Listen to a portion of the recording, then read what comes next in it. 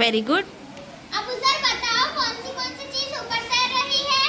Pencil, ढक्कन, plastic, sharpener, pen, पत्ता।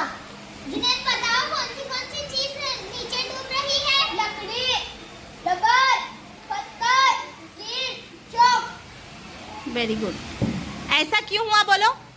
क्योंकि वो जो हल्की होती है वो ऊपर तैरती है, जो भारी होती है वो नीचे डूबती है। हाँ, हल्की किससे होती है? ये पेंसिल, पेन, ढक्कन, प्लास्टिक की काड़ी, शॉर्पनर, ये पानी के ऊपर क्यों तैर रही हैं? क्योंकि वो हल्का है।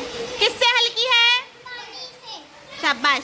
और सभी बोलेंगे पत्थर, कील वगैरह पानी के नीचे, पानी के अंदर डूब गए हैं। क्यों डूब गए हैं वो? क्योंकि वो भारी है। किससे भारी है? पानी से। Very good. इसका मतलब क्या हुआ? बोलो क्या हुआ इसका मतलब?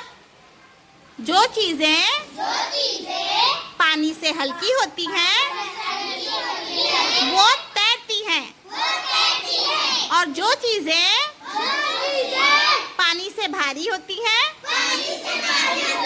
वो डूब जाती है। ओके।